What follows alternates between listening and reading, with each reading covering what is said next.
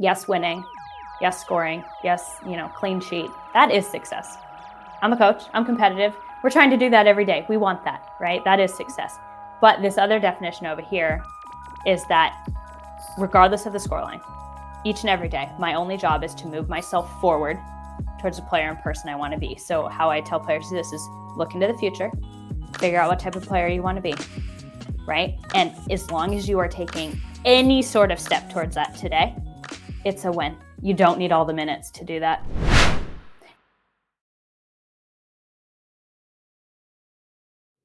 Welcome to Project Further. I'm April Ulmer.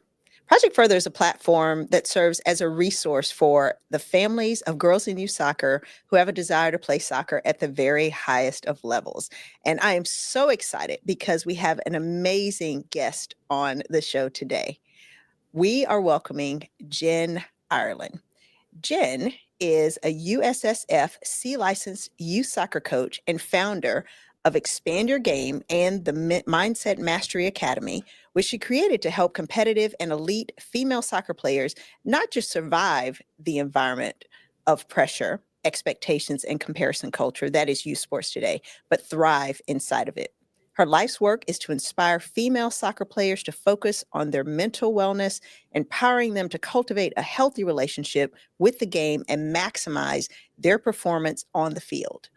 In addition to running her mental skills program, Jenn has also worked as a mental skills coach for Minnesota Aurora FC, USL Women's League, and as a mental skills coordinator at Berkshire Soccer Academy in Massachusetts.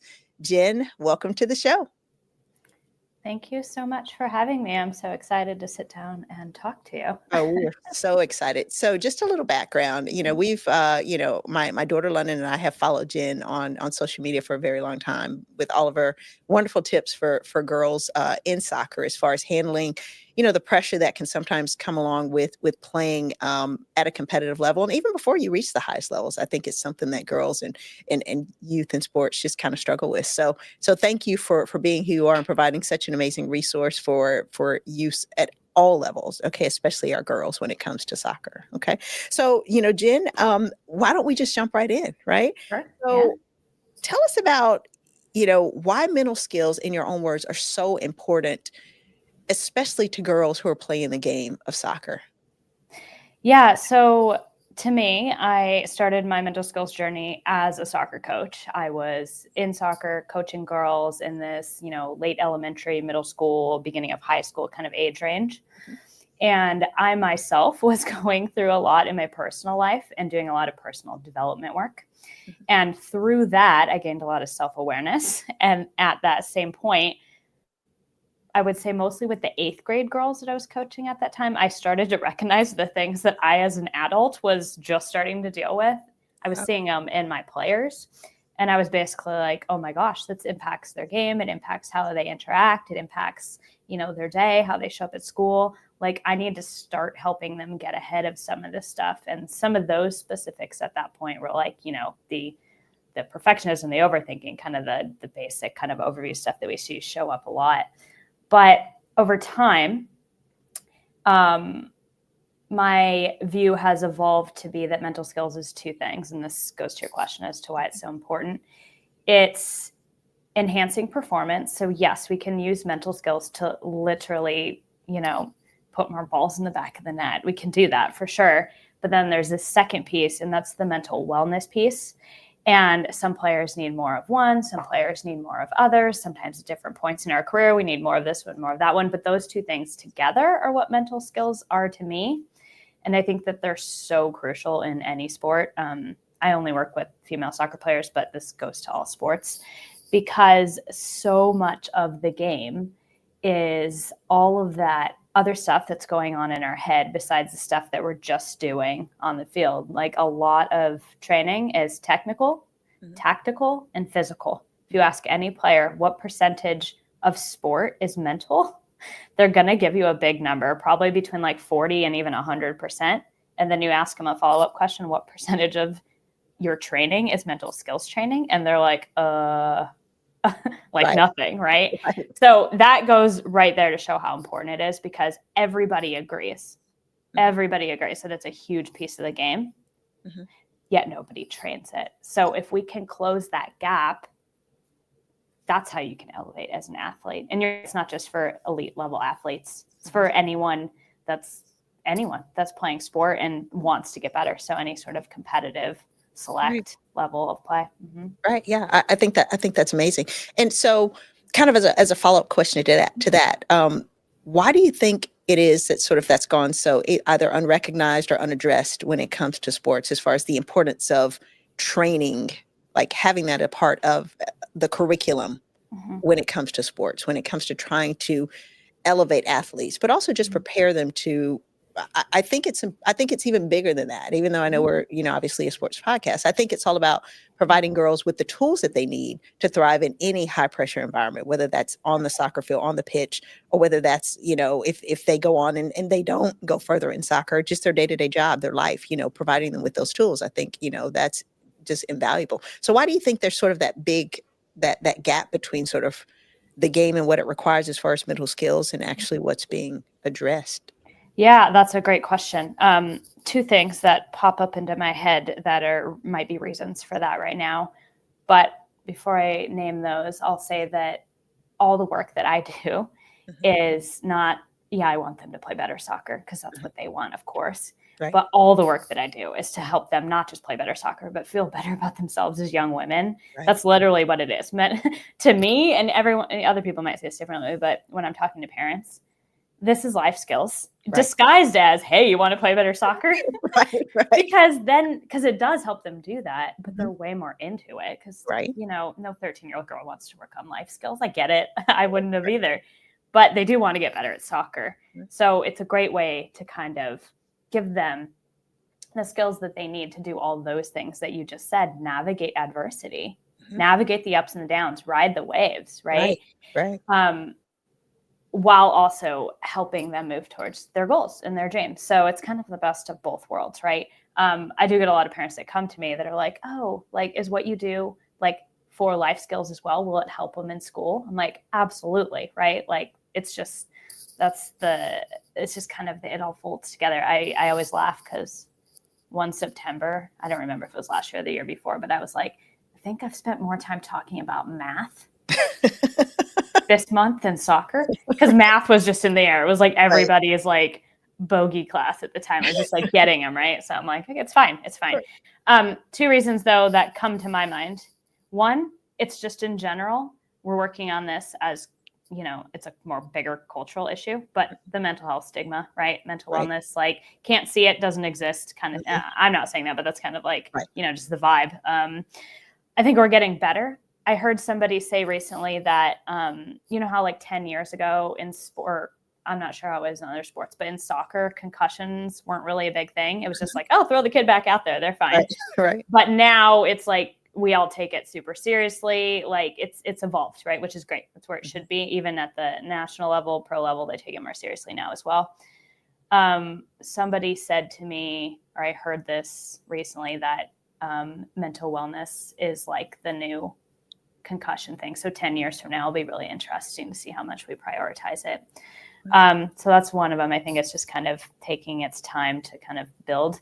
The other one, and I'll say this from a coach perspective, when I'm head coaching on a field, there is so much to do, especially if you're coaching an elite level team, between the like training sessions, game film, individual evaluations, trying to connect with your players 1v1, all those things that like, a really great coach does. Sometimes adding mental skills work on top of that is like, oh my gosh, it's like so much, right? So I think that, even as a head coach, and I've actually stepped back now on the field, I am doing assistant coaching right now because I feel like it's a better role for me because I can tune into that. There's just a lot that coaches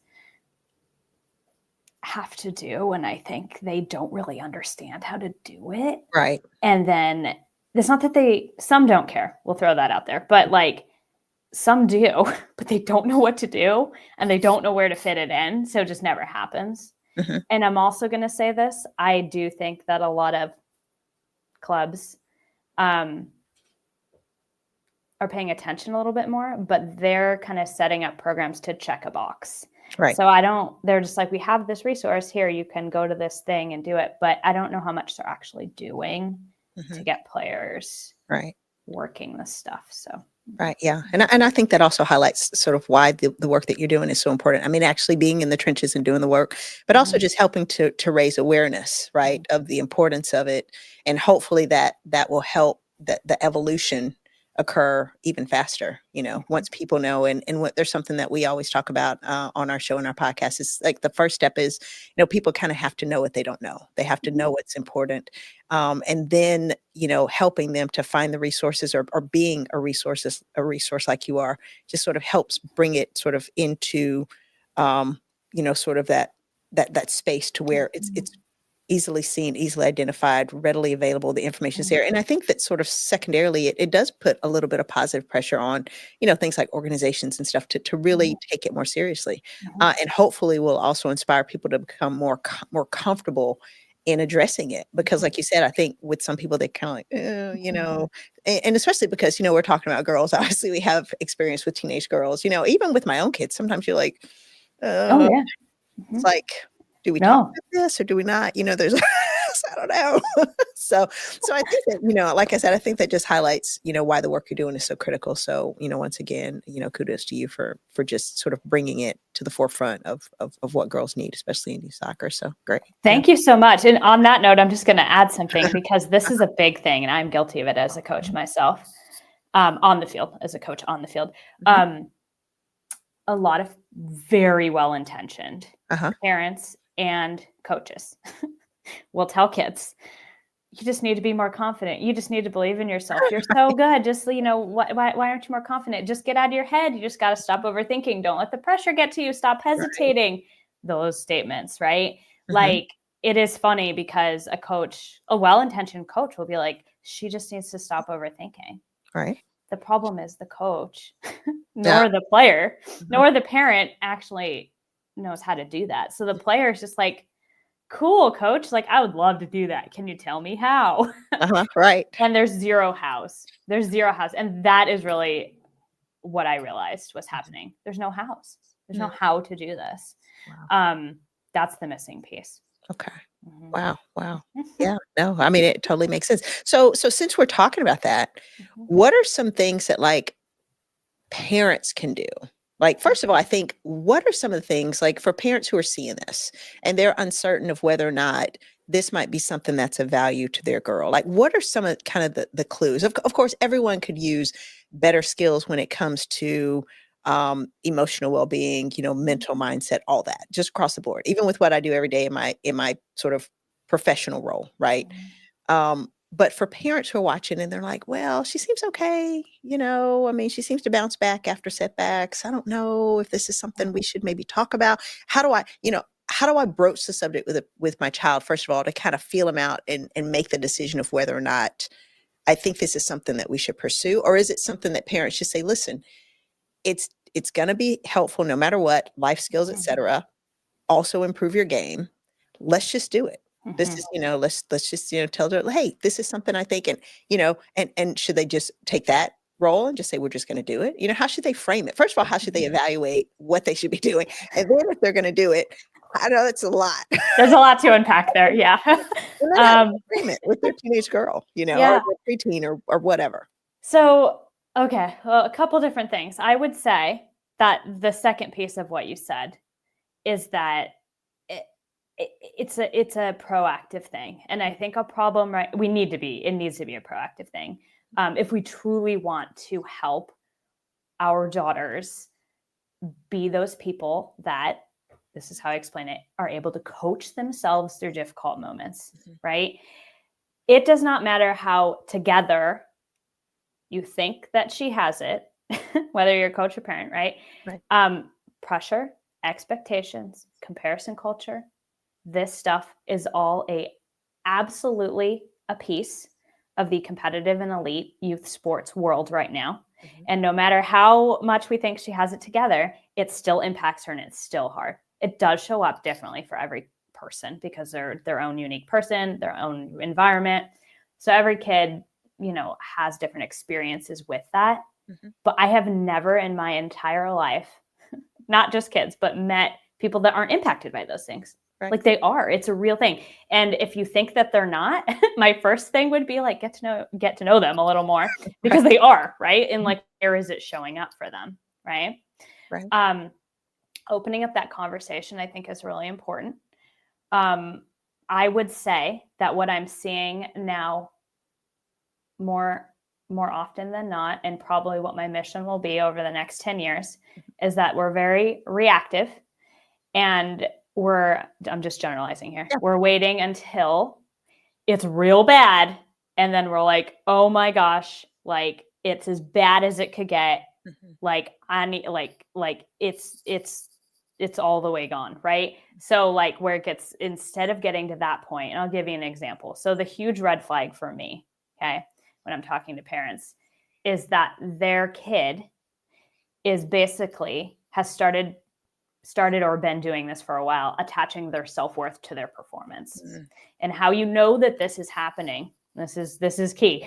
How you know that this is happening is even if they actually played pretty well, their team did pretty well, they did a lot of good stuff, they had a decent weekend, they are still in that car, self-defeating, beating themselves up, saying just like they are basically have no ability to see anything good that they did. The only time that they're able to do that is if they played perfect and didn't mess up. Typically, that's going to be your easier game against a team that's not as strong. But in the moments that they actually did really well, they're not able to see any of that. And what they're doing is they're starting to associate who they are as a human being, as a human, not a soccer player, who they are as a human with what they did out there. That's why mistakes are not okay for them, because it's not just a reflection of, oh, I need to work on this and get better. That's how you learn from your mistakes. When you have that attitude, you're right. Oh, that wasn't good. Don't like it. Let's see how I can fix it. That's healthy, right? Right. But when it's like, oh, I made a mistake, I messed up, not just I'm a bad soccer player, but and then putting words in their mouth here so I can generalize, but they tell me this all the time. It's, I am a bad person. Oh, wow. That's how they feel. Right. Wow. That might not be the exact words they're using, right? But that's the vibe that they're getting. Right. And the problem now, and I've really seen this over the last year, is it is going younger and younger. Right. I've got 8 and 9-year-olds now. Wasn't working with them before, but they need it. Like they are in the spot where they like it's crucial. And I do think, though, the one good thing about the fact that the pressure and the expectations, and hear me out here, that's even if your home environment is really good and your coaching environment is really good. The kids can still be self-defeating like this, even when everybody else is doing it right, which those moments, they seem more overwhelming and challenging because you're like, everything is good. Like, why do you feel this way?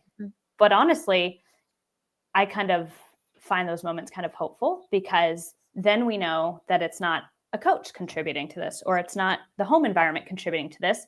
Right. It's something that you can work on and you can get better at. And I will say the younger ones, even though they can get in pretty deep to that mentality, they're a lot easier to pull out, because somebody that's only been doing that to themselves for 6 months, a year, 2 years is a lot easier to get to than a college kid. Yeah. So, cause that's a whole different thing. Like, the first step of mental skills work to me is self-awareness. And that's basically awareness of how our brain operates. The fact that you are not choosing to say those things to yourself, this fact that it's happening on automatic, that I call it the default mode. So we really gain really good awareness of that. Much easier for a self-defeating 9-year-old to do that than for a self-defeating 19-year-old. Wow. So I don't know. I totally went off track on your question. No. I mean, it was all, I mean, you answered it perfectly. I mean, you gave us kind of all the insight as far as how to address it, how to spot it, how we should be thinking about the problem. And also that insight in terms of, sort of the insight in terms of kids that young, sort of starting to think that way about their performance in the game and associating that with their self-worth, I think is truly valuable, because I would not have expected that, because you know what I mean? Because I think about, 9-year-olds is just running around having fun and they're, you know what I mean? But wow, that's really, I think it's in the bigger markets where the academy stuff starts earlier, right? I think it's where they realize that, oh, there's levels, oh, there's teams. That can be a trigger. So when I say pressure, expectations, that kind of space, how I talk about it with players is I'm like, okay, describe soccer to me before when it was all rainbows and sunshines, no one cared. We're just running around, right? Mm-hmm. Find the moment where it shifted. Wow. Mm-hmm. And I mean, even if you asked your daughter that, it'd be an interesting question. Like Mm-hmm. have her look backwards and find the moment where it became different. Okay. And that's kind of, it doesn't have to be like bad. Like I don't need to fall apart in that moment. Some people do, some people don't. But there's definitely a moment where your perspective shifts. You realize it's, your confidence can get a little shaky, Mm-hmm. right? Self-doubt can start to creep in. But that's kind of the moment where we move into, okay, this is that spot where we can, a lot of players spend a lot of time here, and it's the spot where we kind of oscillate between adversity and challenge, and then a healthy striving mentality. Adversity and challenge, healthy striving mentality, right? So we want to get a good balance of those going, and that healthy striving mentality is that ability to coach yourself through things. Right. Some kids have that more naturally, some don't. But that moment where things shift for them is kind of what we're looking for. And a lot of kids will have experienced it, and we might not really even know because they handled it pretty well. But it's still interesting to have them self-reflect and kind of notice when these things start to shift. So.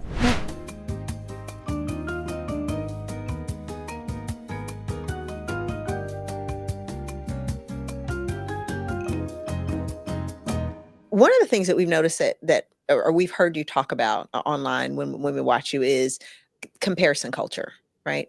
And you're one of the first people that we've sort of noticed to sort of say that, to call it that, the comparison culture. Can you talk a little bit about the effects of that on the mindset of girls who are in youth soccer, youth sports in general? Absolutely. So comparison is one of those things that I would say, along with pressure and expectations, are a very real part of this world that we're kind of opting into, right? And when we don't talk about the things and we don't normalize the conversations, we kind of just, it's like we're crossing our fingers and hoping and pretending that they just go away, right? That never makes the problem better. Right. So pressure is a part of soccer. You're going to have to learn how to deal with it. Let's talk about how to deal with it, right? Same thing with comparison. It's out there. They're not getting away from it. With social media, with their teammates, all this stuff. It's just a piece of it, right?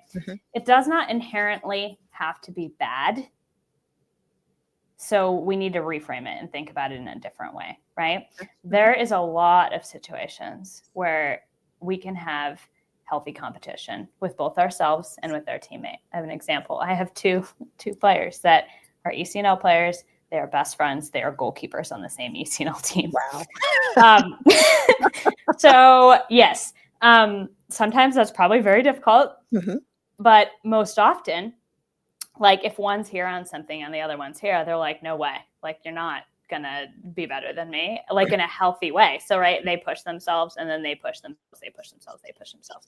So, being able to look outwardly, identify, okay, I do this thing well, right? But that person over there, they do that thing well. I would like to get that thing. Let me figure out how to get that thing, right? In a healthy way. I mean, I always say, are you a player? And I ask on my, I work one-to-one with players, so I'll clarify that a lot. That's most of my work.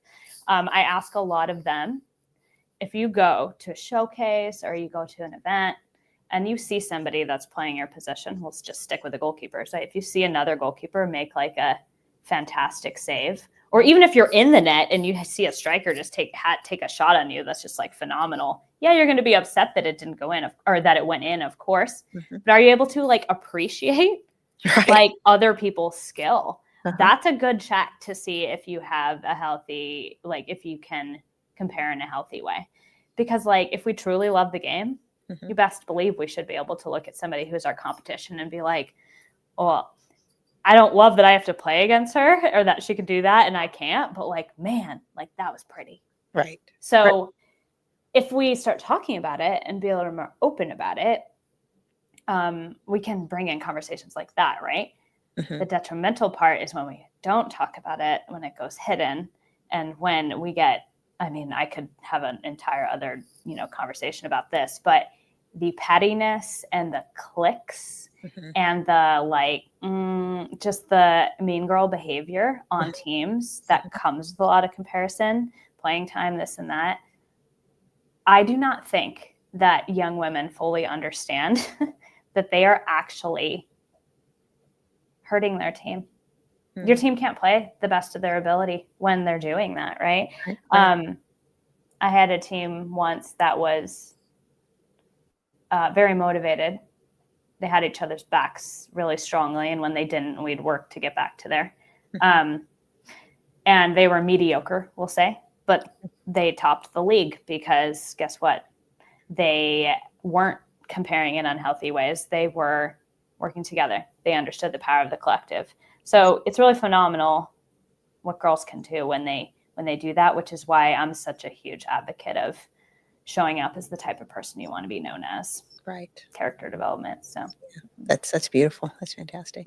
So let's talk a little bit about the Mental Mindset Academy, which I know is exciting. So tell us sort of how that came to be specifically, and kind of give us a little bit of insight about that. The structure. I know you've brought on some other coaches. That's exciting, right? Yeah.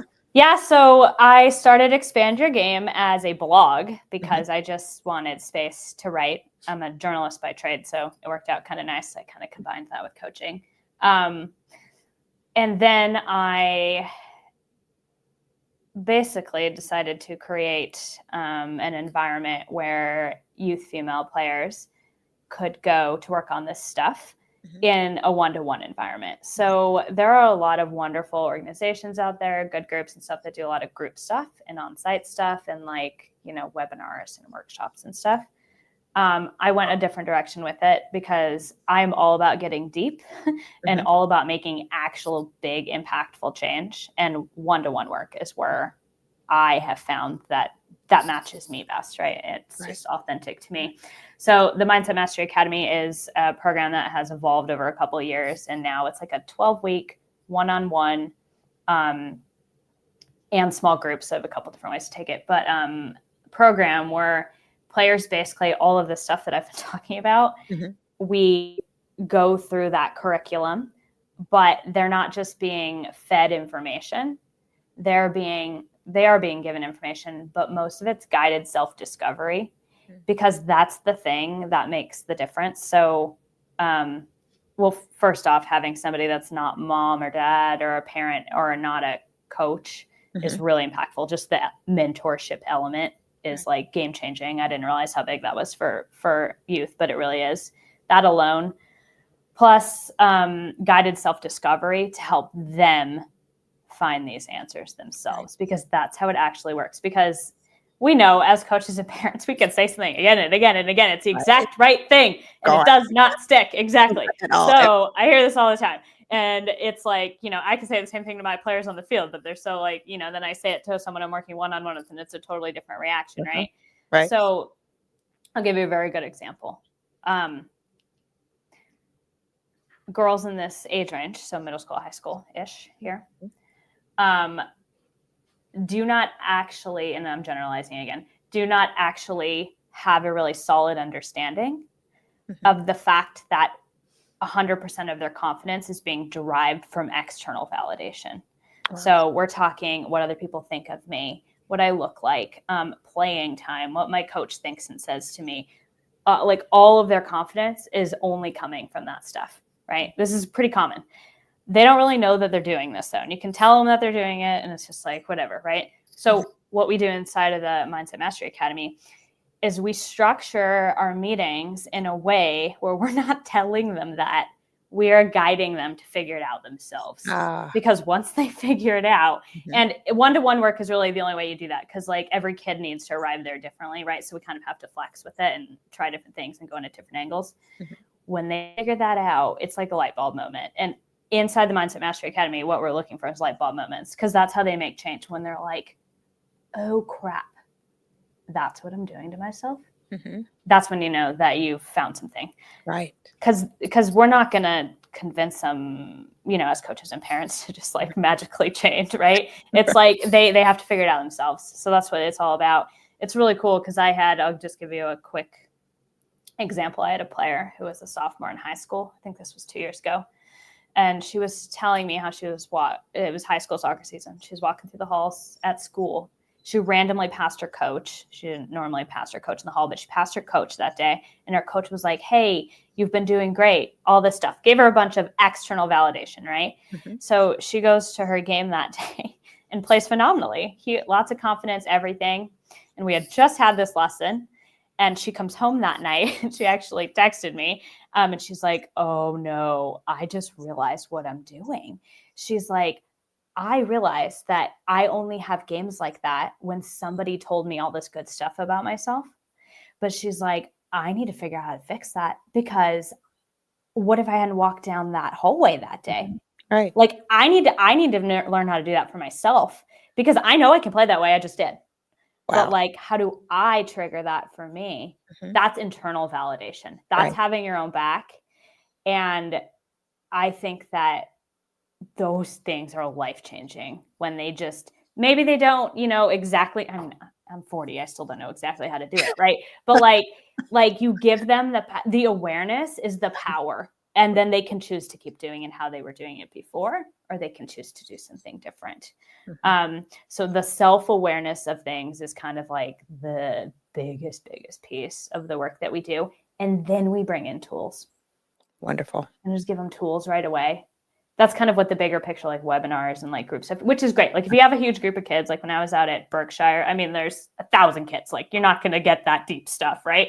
So give them some tools, see what sticks, cross fingers, say, come talk to me, right? Like you do what you can. Go back, right? You do what you can. But in the one-on-one situation, man, it takes a couple weeks to build trust. But after that, man, the stuff that you can... a lot of parents, the meetings are just one-to-one. So we remove the parents so that the kids don't self-censor. Mm-hmm. And then we do have meetings with the parents as well. So we're all on the same page, but we let the kids have their own space, and they just, it's miraculous to see. Gosh, it must be so fulfilling too for you. I mean, it is. You're changing the lives of so many young women in this space. And also to know that translates to outside the game of soccer. Yes. That's really the thing. It's like you're creating sort of better, more confident women, whether they're on the pitch or they're not, and also, like you said, that voyage to self-discovery is powerful. That's amazing. Wow. Fantastic. Yeah.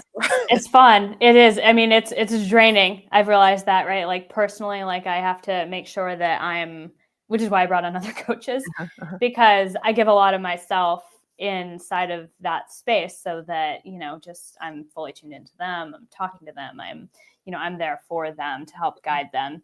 And I brought in a couple of pro players to mentor the girls as well, because why not? They're wonderful mentors. They're literally living and breathing this stuff. There's not a single issue that a kid can bring up where they're not like, oh, me too. Here, you want to hear when? So they really are able to empathize. And I didn't even actually realize this until I've kind of been seeing it happening. That extra element of the fact that they've been through the elite system and they've been through the college ball, and now they're playing pro ball, like really, really is so beneficial to some of the kids. Not that I'm not good. I'm good at what I do, but like I played club, I played club in high school, and then I've been coaching, but I didn't play in college, and I didn't play beyond that. And I used to be embarrassed about that, but now I'm like, whatever. It actually makes me a better coach, because I really explain things in different ways, and I'm just like coming at it from a different angle, but now bringing them on has been good for everyone. So yeah, for sure. Well, that's fantastic. Well, hey, we are about to wrap up. So a couple of things for parents who've watched this and who think you're as amazing as we do. How do they contact you, or how do you recommend they go about sort of getting in touch with you to find out if maybe, what you have to offer is something that they want to pursue with their own daughter? Like, what's the best sort of way forward from here for people to get plugged in with you and what you're doing with mental skills?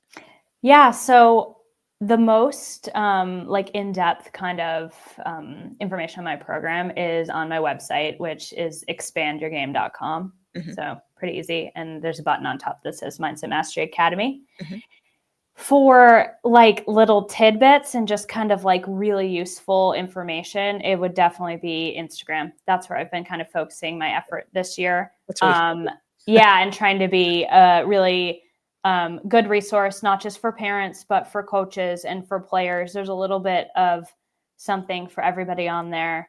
But yeah, definitely a website, and Instagram is kind of where I'm most active currently. Great. Thank you for that. Yeah. And, we end every episode by asking our guests to provide us with 3 recommendations that you would make to parents who want to help with their child's mental skills or mental game as far as it relates to the game of soccer. Okay. Yeah. So I would say, do not underestimate the power of mental skills training in regards to not just helping your kid navigate adversity, be a better player, but leadership as well. But I think that the people that, if you're really invested and you really want to get really good, you tell me, you think there's a single college coach out there that's going to be like, oh, you spent years working on mental skills. I don't like that. Right. Like, they're going to love it, right? Because it shows you're invested. It shows you think outside the box. It shows you're coachable. All just, but you don't even have to tell anyone what you learned. You're like, I worked on mental skills. They're going to be like, oh, that's impressive. That sets you apart. So mental skills work sets you apart. Okay. Awesome. Which is good for, if we're talking about small market stuff here too, because that is something that not a lot of people are doing. So you gain an edge over all of your competition when you choose to just focus on this work. Fantastic. The other thing I would say is that mental skills work, there's not a right or a wrong way to do it. There are so many different things that this can look like, right? It could simply look like reading a bunch of books. That's mental skills work, right? But the piece of that is that you need to be invested, right? So if your kid is interested and wants to learn, obviously that's huge, right? But like that piece, you're not going to be able to force this work. It's not going to work. So if they do kind of have, oh, that's kind of interesting, I'm kind of interested, like, don't let that slip by, right? Just like jump at that opportunity to kind of find something for them that works for them. Like I said, there's not a right or wrong way to do it. Even in my program, as we go through things, I'm like, if you don't like this piece, that's fine. This other thing works for you. Okay, how can we bend it to meet you where you're at? So it's basically just them kind of navigating the space. And then the third thing I will say, I did not say this, so this is a good thing to end on. Okay. I fully believe with every fiber of my being that each and every day a player can find success, if we define it this way, find success as it relates to me moving forward towards being the player and the person that I want to be. And as coaches and parents, we have to help them redefine success in that way. Because, okay, on one hand, yes, winning, yes, scoring, yes, clean sheet, that is success. I'm a coach, I'm competitive. We're trying to do that every day. We want that, right? That is success. But this other definition over here is that regardless of the scoreline, each and every day, my only job is to move myself forward towards the player and person I want to be. So how I tell players this is look into the future, figure out what type of player you want to be, right? And as long as you are taking any sort of step towards that today, it's a win. You don't need all the minutes to do that. You don't need the external validation to do that. You don't need, an easy team opponent to do that, right? You can play the hardest team in the country and still move yourself forward towards being the player that you want to be. And as long as you are doing that, that is really all that matters. You make a fantastic play on the field, everything's going perfect, but the last ball was offside, so it doesn't count. Yeah, that's not success as it means to the score of the game. But you created that. You made that. That 100% moves you towards that player you want to be. So that's the last one. Helping them redefine success. Huge. Love it. Love all of it. Jenn, thank you so much. It has been such a pleasure and truly an honor to sit and talk with you and just hear all of your knowledge and your passion. And I tell you, you're such a gift to the game, especially when it comes to these girls. So thank you again. And thank you from Project Further. So we always end by saying, keep striving, keep pushing, always further. Thank you. Thank you.